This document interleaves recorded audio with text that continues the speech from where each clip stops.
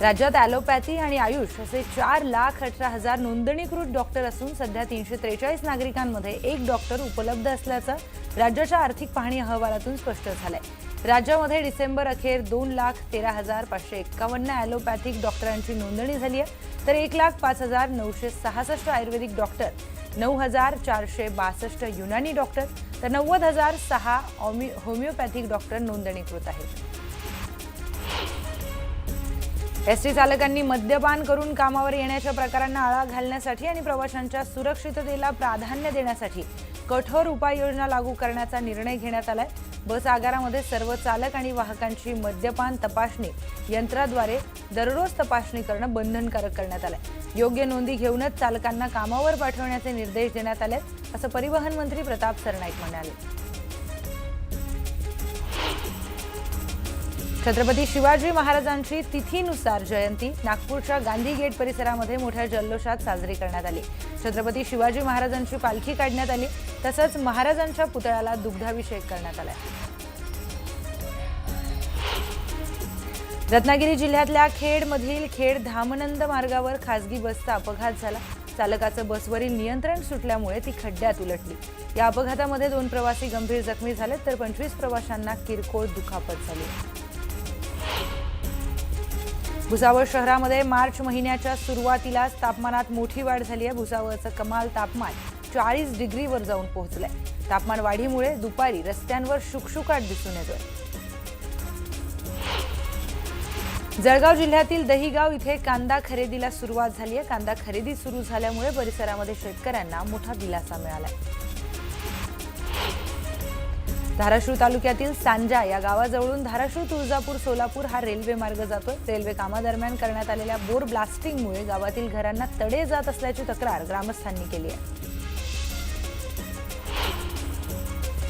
जळगाव जिल्ह्यातील रावेर तालुक्यामध्ये निंभोरा गावात ग्रामपंचायतीच्या 15व्या वित्त आयोगाच्या निधीच्या खर्चावरून वाद निर्माण झालाय। निधीचा मनमानी पद्धतीने विनियोग केल्याचा आरोप ग्रामस्थांनी केलाय। मर्चंट नेव्हीमध्ये कार्यरत असलेले जळगावचे अजय मोरे हे सध्या दुबई येथे अडकून पडलेले आहेत। त्यांना शासकीय मदतीची अपेक्षा आहे। त्यांनी प्रसिद्ध केलेल्या व्हिडिओमध्ये आपण ज्या ठिकाणी थांबलो आहोत त्या परिसरामध्ये ड्रोन हल्ल्यांमुळे नुकसान झाल्याचं सांगितलंय। धाराशिव भूम तालुक्यातील वारवडगाव शिवारामध्ये बिबट्याचा वावर वाढला असून बिबट्याचा वावर पुन्हा सीसीटीव्ही कॅमेऱ्यामध्ये कैद झाल्यामुळे ग्रामस्थांमध्ये भीतीचं वातावरण निर्माण झालंय। 2 दिवसांपूर्वी गायीवर हल्ला करून तिला ठार करणाऱ्या बिबट्याने बुधवारी रात्री पुन्हा एकदा श्वानावर हल्ला केल्याची घटना समोर आली आहे। त्यामुळे शेतकरी आणि ग्रामस्थांमध्ये दहशत पसरली। जळगाव जिल्ह्यातील रावेर तालुक्यातील खानापूर इथे ट्रक चालकाकडून लाच घेताना आरटीओ कर्मचाऱ्याला पकडण्यात आलं।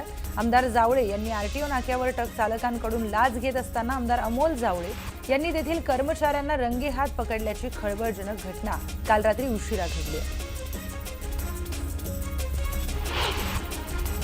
मुंबई विजय दुर्ग दरम्यान सुरू झालेल्या M2M रो बोटीला मालवाहतूक करणाऱ्या छोट्या टग बोटीने धडक दिली आहे। या जलवाहतुकीला कोकणवासियांचा उत्स्फूर्त प्रतिसाद मिळत असतानाच घडलेल्या या घटनेमुळे ही सेवा विस्कळीत झाली आहे। या अपघातामुळे 20 प्रवासी आणि 7 वाहनांच्या बुकिंगचे पैसे परत करण्यात आले।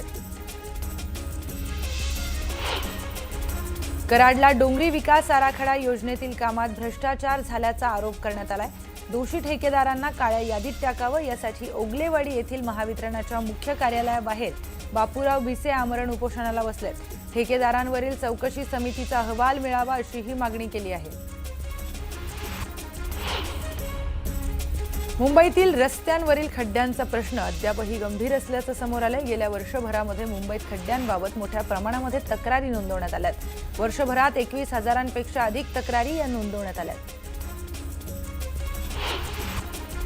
मुंबई महापालिकेच्या प्रभाग समिती निवडणुकीचा आजचा दुसरा दिवस आहे। एकूण 6 प्रभाग समितीच्या अध्यक्षपदासाठी आज निवडणूक होणार आहे। 6 पैकी 5 ठिकाणी उमेदवारी न आल्यामुळे अध्यक्ष बिनविरोध निवडले गेलेत।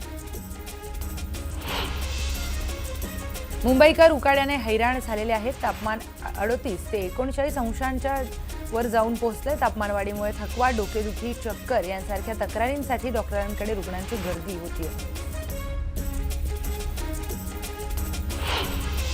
अंबरनाथ तालुक्यातील चामटोली या ग्रामपंचायत कार्यालयामध्ये घुसून कागदपत्रांची चोरी करण्याचा प्रयत्न 2 अज्ञातांकडून फसलाय। स्थानिक गावकऱ्यांच्या सतर्कतेमुळे हा डाव फसला असून 2 चोरट्यांना पोलिसांना स्वाधीन करण्यामध्ये आले। भिवंडीमध्ये अनेक भागात पाणी वितरण अनियमित होत असल्याच्या तक्रारी वाढल्या असताना शहरामध्ये पाणी चोरी मोठ्या प्रमाणावर सुरू आहे। पालिकेच्या पथकाने पाणी चोरी करून विक्री करणाऱ्यांवर कारवाई केली। नागपूर आणि विदर्भातून उमराह आणि पर्यटनासाठी गेलेले अनेक नागरिक सध्या दुबई आणि सौदी अरेबियामध्ये अडकून पडलेत। व्हिडिओद्वारे महाराष्ट्र अल्पसंख्याक आयोगाकडे या नागरिकांनी मदतीची मागणी केली आहे। विदर्भातून जवळपास 5000 नागरिक उमराहसाठी गेले आहेत। गोंदिया जिल्ह्यातील गोरठा गावामध्ये छापा टाकत पोलिसांनी 35,000चा देशी दारू साठा जप्त करत एकाला ताब्यात घेतलाय। त्याचबरोबर माल्ही मार्गावर सापळा रचत दारू वाहतूक करणाऱ्या आरोपीला दुचाकीसह पकडण्यात आले। दोन्ही कारवाईमध्ये मोठा मुद्देमाल जप्त करण्यात आला असून गुन्हे दाखल करण्यात आले।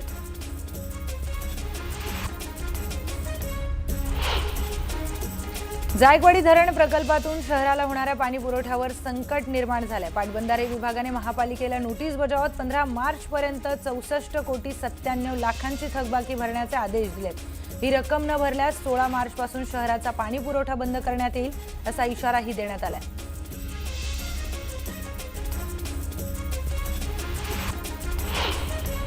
राज्यात वाढत्या उष्णतेमुळे लिंबाच्या दरात मोठी वाढ झाली आहे। बाजारपेठेत लिंबू पाण्याची मागणी वाढल्यामुळे लिंबाचे भाव गगनाला भिडलेत। सध्या किरकोळ बाजारामध्ये एका लिंबाची किंमत तब्बल 15 रुपयांपर्यंत पोहोचली असून किलोला सुमारे 340 रुपये दर मिळतो। गोंदिया जिल्ह्यामध्ये अवैध रेती वाहतुकीवर पोलिसांनी कारवाई केली आहे। घाटटे मणी परिसरामध्ये नदीपात्रातून रेतीची चोरी सुरू होती। या कारवाईमध्ये 9,05,000चा मुद्देमाल जप्त करण्यात आला।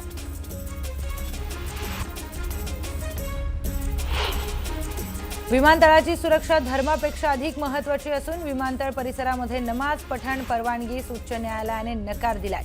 रमजान महिन्यामध्ये टॅक्सी आणि ऑटो रिक्षा चालकांना नमाज पठण करण्यासाठी विमानतळ परिसरामध्ये शेडची परवानगी द्यावी यासाठी उच्च न्यायालयामध्ये याचिका दाखल करण्यात आलेली होती।